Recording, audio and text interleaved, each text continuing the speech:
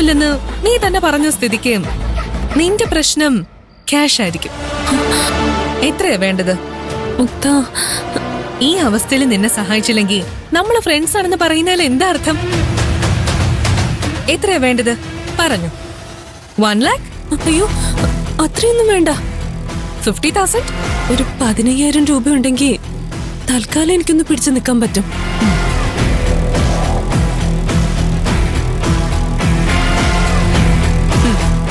Transfer ചെയ്തിട്ടുണ്ട്, check ചെയ്യ്.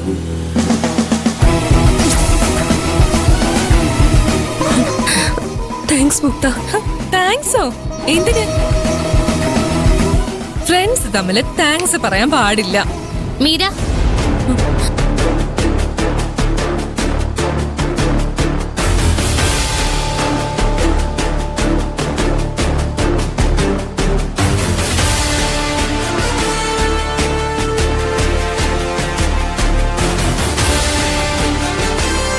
മുക്തയുമായി ഒരടുപ്പവും കാണിക്കില്ലെന്ന് നമ്മൾ 4 പേരും തീരുമാനിച്ചതല്ലേ?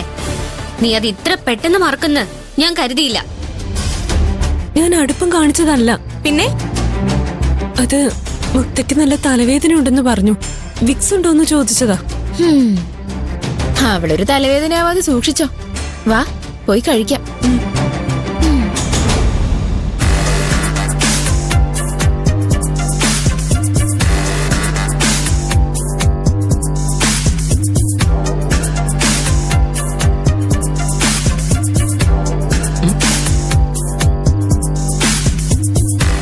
ഋതിക, എന്തിനാ ഇവിടെ ഇരുന്ന് കഴിക്കുന്നത്?